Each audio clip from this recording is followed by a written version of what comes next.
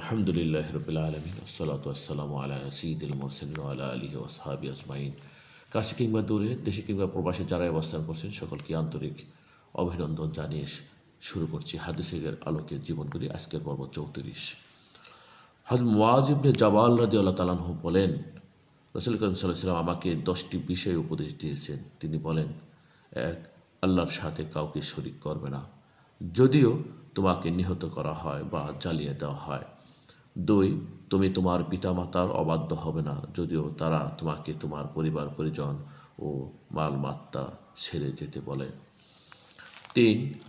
ইচ্ছা করে কখনো ফরজ সালাত আজ ছাড়বে না, কেননা যে ইচ্ছা করে ফরজ সালাত ছেড়ে দেয় তার হেফাজতের পক্ষে আল্লাহ প্রদত্ত দায়িত্ব উঠে যায়। নাউজুবিল্লাহ। 4. কখনো শরাব পান করবে না, কেননা তা সমস্ত অশ্লীলতার মূল। শরাব শব্দের অর্থ হল মদ। 5.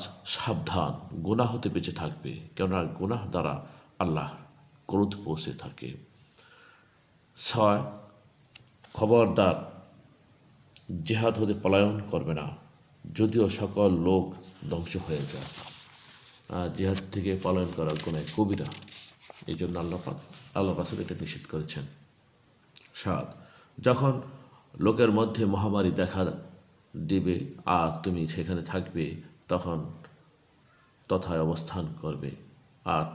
তোমার সামর্থ্য অনুযায়ী তোমার পরিবারের জন্য ব্যয় করে কার্পণ্য করে তাদের ভরণ পোষণে কষ্ট দিবে না। 9. তাদের পরিবার লোকদের আদব কায়দা শিক্ষাদানের ব্যাপারে শাসন হতে কখনো বিরত থাকবে না। 10. এবং আল্লাহ সম্পর্কে তাদের ভয় প্রদর্শন করতে থাকবে। আহমদ এবং মেসকা শরীফ, হাদিস নম্বর 55। অত্যন্ত গুরুত্বপূর্ণ একটি হাদিস আমরা শুনলাম। এই হাদিস আল্লাহ তাআলা আমাদের সকলকে আমল করার তৌফিক দান করুন। আমিন। আসসালামু আলাইকুম ওয়া রাহমাতুল্লাহ।